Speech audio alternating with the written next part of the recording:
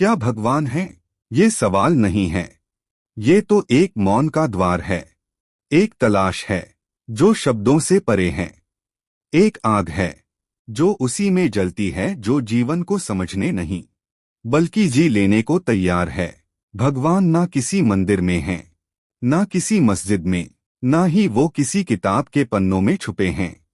वो वहां होते हैं जहां मन शांत हो जाता है, जहां विचार थम जाते हैं, जहां बस सन्नाटा बचता है। भगवान कोई व्यक्ति नहीं है, कोई मूर्ति, कोई आकृति नहीं।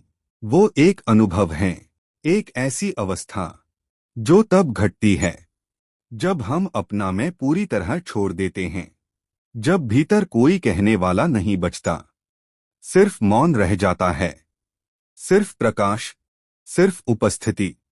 वही भगवान हैं। जब तक तुम उन्हें खोजते हो तब तक वो नहीं मिलते, क्योंकि खोजना ही दूरी है। भगवान को पाने का अर्थ है खुद को खो देना।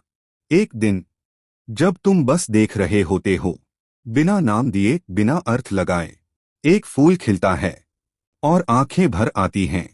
एक पक्षी उड़ता है और हृदय गुनगुनाने लगता है। एक आंसू गिरता है और भीतर कोई कहता है, ये क्या था? वही क्षण भगवान का था। वो क्षण जिसमें तुम नहीं थे, बस एक अनुभव था, एक जागरूकता जो तुम्हारे भीतर से फूट पड़ी। भगवान कोई कल्पना नहीं है, बल्कि कल्पनाओं के अंत के बाद जो शून्यता शेष रह जाती है, वही भगवान है।